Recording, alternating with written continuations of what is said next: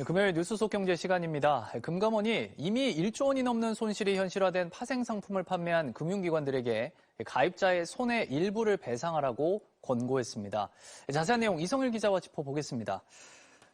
이 금융기관들이 파생 상품을 잘못 판 겁니까? 네, 그렇죠. 위험한 금융상품을 잘못된 방법으로 또 필요로 하지 않는 사람들에게까지 팔았다는 사실이 이제 드러나고 있거든요. 네. 예를 들어서 예금을 들러 은행을 찾은 고객들에게 상품을 권하거나 서류를 위조하고 또는 고객인 듯 허위 녹취로 가입 동의를 받은 사례, 이런 다양한 위반 행위들을 금감원이 적발을 했습니다.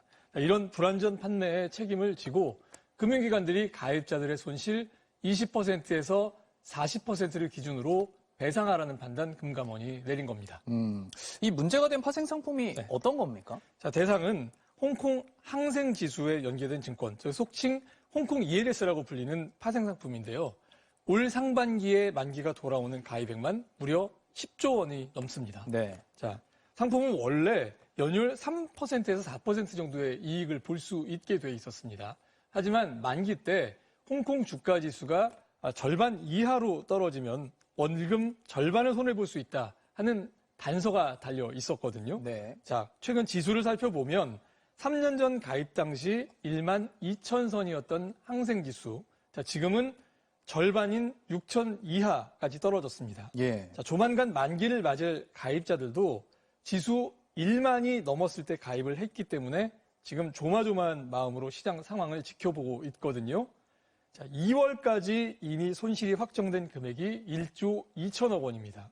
올 상반기 만기가 돌아올 투자금이 7조 6천억 원 정도 남아 있어서요. 아직 얼마나 손실이 커질지는 좀 확정되지 않은 상황입니다. 네. 이 모든 투자자가 똑같이 보상받는 게 아니라면서요. 이게 어떤 사람들이 많이 받을 수 있는 겁니까? 자, 가입 당시에 65살이 넘었던 고령자, 또 은퇴소득자 같은 금융 취약계층인 경우가 좀 많이 봤고요. 네. ELS 투자가 처음이거나 예금에 가입하러 갔다가 이 상품에 가입한 투자자들, 일반적인 경우보다 높은 70%에서 80%의 배상 비율을 적용받게 됩니다. 네. 반대로요, ELS 투자 경험이 많고 또 수익과 손실까지 경험했던 사람들, 이런 경우에는 보상 비율이 10% 이하 혹은 아예 못 받는 경우까지 생길 수 있습니다.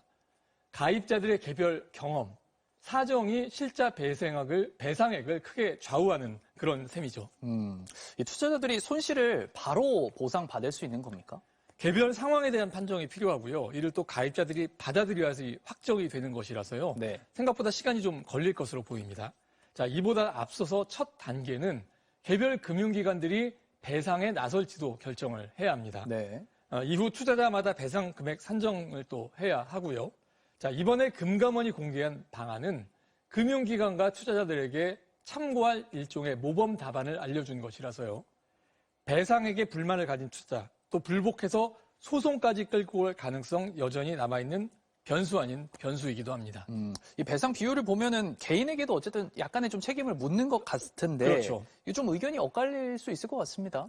선거를 고려해서 너무 너그러웠던 거 아니냐 하는 비판이 있고요. 또 과거 사례보다 배상 비율이 적다는 정반대 비판까지 아주 평가가 다양합니다. 네. 자, 하지만 가입자들의 개별적인 상황을 고려하고 판례에 근거해서 기준을 만든 점은 일단 평가를 좀 할 수가 있습니다. 네. 이를 통해서 금융상품은 수익이든 손실이든 투자자가 책임진다는 큰 원칙과 함께 투자자에게 정확한 정보를 주지 않은 금융기관에는 그만큼 불이익을 준다는 그 규율이 균형감 있게 적용될지 좀 앞으로 지켜봐야 될 것 같습니다.